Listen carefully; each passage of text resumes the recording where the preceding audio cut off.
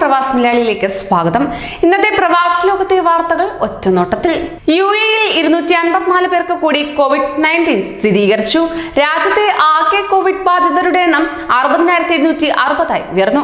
346 പേർക്ക് കൂടി രോഗം ഭേദമായതോടെ രാജ്യത്ത് ആകെ കോവിഡ് മുക്തരായവരുടെ എണ്ണം 54,255 ഉയർന്നു.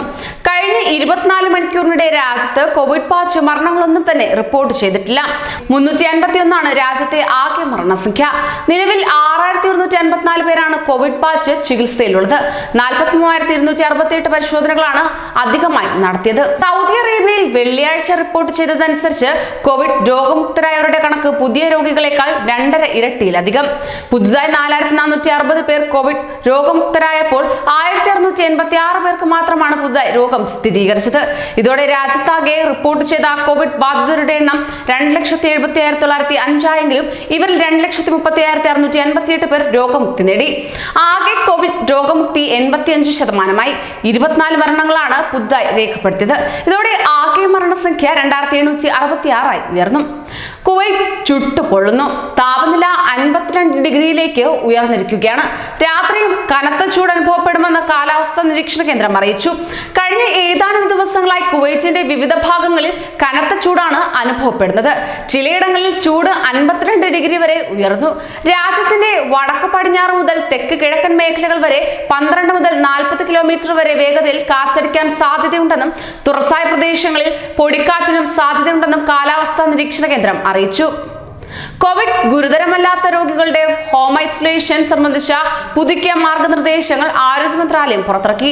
സർക്കാർ ആശുപത്രികളിലും ഹെൽത്ത് സെന്ററുകളിലും ഗുരുതര ലക്ഷണമില്ലാത്തവർക്കുള്ള പരിശോധന ഒഴിവാക്കിയ സാഹചര്യത്തിലാണ് നിർദ്ദേശങ്ങൾ പുറത്തിറക്കിയത്. പുതിയ മാനദണ്ഡമനുസരിച്ച് ലഘുവായത് മുതൽ സാമാന്യം നല്ല കോവിഡ് ലക്ഷണങ്ങൾ വരെയുള്ളവരെ പരിശോധനയില്ലാതെ തന്നെ പോസിറ്റീവ് കേസായി പരിഗണിക്കുകയും ഹെൽത്ത് കെയർ സംവിധാനത്തിൽ പേര് ചേർക്കുകയും ചെയ്യും. ഇവർ 14 ദിവസം വീടുകളിലോ ഐസൊലേഷൻ പൂർത്തീകരിക്കുകയാണ് വേണ്ടതെന്ന് ആരോഗ്യ മന്ത്രാലയം വ്യാഴാഴ്ച അറിയിച്ചു. കൊറോണ വ്യാപനം തടയുന്നതിന്റെ പ്രതിരോധ പ്രവർത്തനങ്ങളുടെ ഭാഗമായി അടച്ചിട്ടിരുന്ന പള്ളികൾ UAE-യിൽ തുറന്നു. ഇന്ന് സുബ്ഹി നമസ്കാരം പള്ളികളിൽ നടന്നു. അകലം പാലിച്ചാണ് വിശ്വാസികൾ നമസ്കാരം നിർവഹിച്ചത്. നമസ്കാരത്തിന് മാത്രമായി തുറന്ന പള്ളികൾ പ്രാർത്ഥന കഴിഞ്ഞ ഉടനെ അടച്ചു. എല്ലാവരും താമസ സ്ഥലത്ത് നിന്ന് അംഗശുദ്ധി വരുത്തിയാണ് പള്ളിയിലെത്തിയത്. മാത്രമല്ല നമസ്കാരപ്പായ കൊണ്ടുവരണമെന്ന് നിർദ്ദേശം നേരത്തെ നൽകിയിരുന്നു. വെള്ളിയാഴ്ചകളിലെ ജുമുഅ നമസ്കാരം സംബന്ധിച്ച് സർക്കാർ തീരുമാനം എടുത്തിട്ടില്ല. ആശുപത്രിയിലെ ഭീമമായ ചികിത്സാ ചെലവ് കാരണം പ്രതിസന്ധിയിലായ അമ്മയ്ക്കും കുഞ്ഞുങ്ങൾക്കും സഹായവുമായി ദുബായ് രാജകുമാരൻ Sheikh Hamdan Mohammed bin Rashid Al Maktoum. ഒറ്റ പ്രസവത്തിൽ 4 കുട്ടികൾ ജനിച്ച നൈജീരിയൻ സ്വദേശി സുലിയത്ത് അബ്ദുൽ കരീമിനും കുടുംബത്തിനുമാണ് രാജകുമാരൻ സഹായമേകുന്നത്. ഇവരുടെ ആശുപത്രി ചിലവുകൾ മുഴുവൻ രാജകുമാരൻ വഹിക്കുമെന്ന് അറിയിച്ചതായി ആശുപത്രി അധികൃതർ വ്യക്തമാക്കി. പ്രസവത്തിനായി നാട്ടിലേക്ക് പോകാനിരുന്ന സുലിയത്തിന്റെ കുടുംബം കോവിഡ് നിയന്ത്രണങ്ങൾ മൂലം ദുബായിൽ കുടുങ്ങി. ഇതിനിടെ പ്രസവം 2 മാസം നേരത്തെ നടക്കുകയും ചെയ്തു. ബഹ്റൈനിൽ റെസ്റ്റോറന്റുകളിലെയും കോഫി ഷോപ്പുകളിലെയും നിയന്ത്രണങ്ങൾ നീക്കുന്നത് സജീവ പരിഗണനയിൽ. അടുത്ത മാസം 3 മുതൽ റെസ്റ്റോറന്റുകളുടെ പുറത്തിരുന്ന ഭക്ഷണം കഴിക്കുന്നത് അനുവദിക്കും. ഇത് സംബന്ധിച്ച വിശദ മാർഗനിർദ്ദേശങ്ങൾ ആരോഗ്യ മന്ത്രാലയം പുറത്തിറക്കി. വരും ആഴ്ചകളിൽ ഇന്ത്യയിൽ നിന്ന് ഖത്തറിലേക്കുള്ള ചാർട്ടേഡ് വിമാന സർവീസുകൾ സജീവമാകും. COVID-19 പ്രതിസന്ധിയെ തുടർന്ന് ഇന്ത്യയിൽ കഴിയുന്ന ഖത്തർ പ്രവാസികളെ തിരിച്ചെത്തിക്കാൻ പ്രവാസി സംഘടനകളും യാത്രാ ഏജൻസികളും ശ്രമം തുടങ്ങി. ആഭ്യന്തര മന്ത്രാലയത്തിന്റെ എക്സ്പെഷണൽ റീ എൻട്രി പെർമിറ്റ് ലഭിക്കുന്ന ഖത്തർ ഐഡിയുള്ള പ്രവാസികൾക്ക് ഓഗസ്റ്റ് 1 മുതൽ ദോഹയിലേക്ക് മടങ്ങിയെത്താൻ സർക്കാർ അനുമതി നൽകിയതോടെയാണ് ശ്രമം തുടങ്ങിയത്.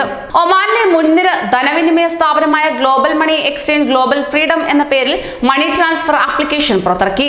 സേവനം ലഭ്യമാക്കുന്നതിനായി പുറത്തിറക്കിയ ആപ്പ് ഇപ്പോൾ ഇംഗ്ലീഷിൽ മാത്രമാണ് ലഭ്യമായിട്ടുള്ളത്.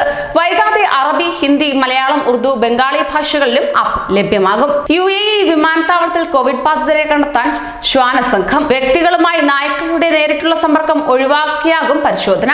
വ്യക്തികളിൽ നിന്ന് ശേഖരിക്കുന്ന സ്രവങ്ങൾ പ്രത്യേക സംവിധാനത്തിൽ നിക്ഷേപിച്ച് നായ്ക്കളെ കൊണ്ട് മണപ്പിച്ചാണ് രോഗനിർണയം നടത്തുന്നത്. രോഗസാധ്യതയുള്ള വ്യക്തിയുടെ സാമ്പിളിന് മുന്നിൽ നായ നിൽക്കും. ഒരു നായയ്ക്ക് ഒട്ടേറെ സാമ്പിളുകൾ പരിശോധിക്കാനാകും. പരീക്ഷണാടിസ്ഥാനത്തിൽ തുടങ്ങിയ പദ്ധതി വൻ വിജയമായതിനെ തുടർന്ന് രാജ്യത്തെ എല്ലാ വിമാനത്താവളങ്ങളിലും നടപ്പാക്കാൻ തീരുമാനിക്കുകയായിരുന്നു. ആഭ്യന്തര, ആരോഗ്യ, സാമൂഹിക വികസന മന്ത്രാലയങ്ങൾ, federal customs authority, Abu Dhabi, Dubai customs വകുപ്പുകൾ, ആരോഗ്യ അതോറിറ്റികൾ എന്നിവ സംയുക്തമായാണ് പദ്ധതി തുടക്കമിട്ടത്.